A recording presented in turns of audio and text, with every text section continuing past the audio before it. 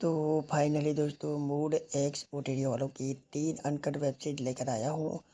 आपको दोस्तों ये तीनों के तीनों वेब सीरीज में आपको क्या देखने को मिलेगा वो तो आप समझ ही गए होंगे। तो दोस्तों ये वेब सीरीज बहुत ही कमाल की वेब सीरीज है दोस्तों। तो पहली नंबर की वेब सीरीज है जिसका नाम है लीला टू। तो दोस्तों ये 10 अप्रैल को रिलीज हो जाएगी। और दोस्तों दूसरी वेब सीरीज है गंदी रात टू।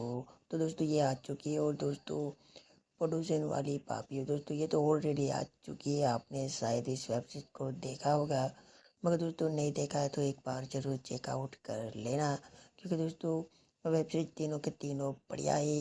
और दोस्तों इसमें आपको क्या कुछ देखने को मिलता है वो तो आप समझ ही गए होंगे।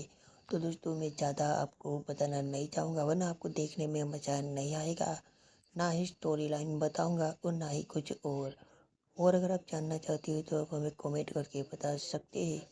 और हाँ दोस्तों, अगर आपका मन करे तो लाइक शेयर और सब्सक्राइब करना बिल्कुल भी ना भूलें।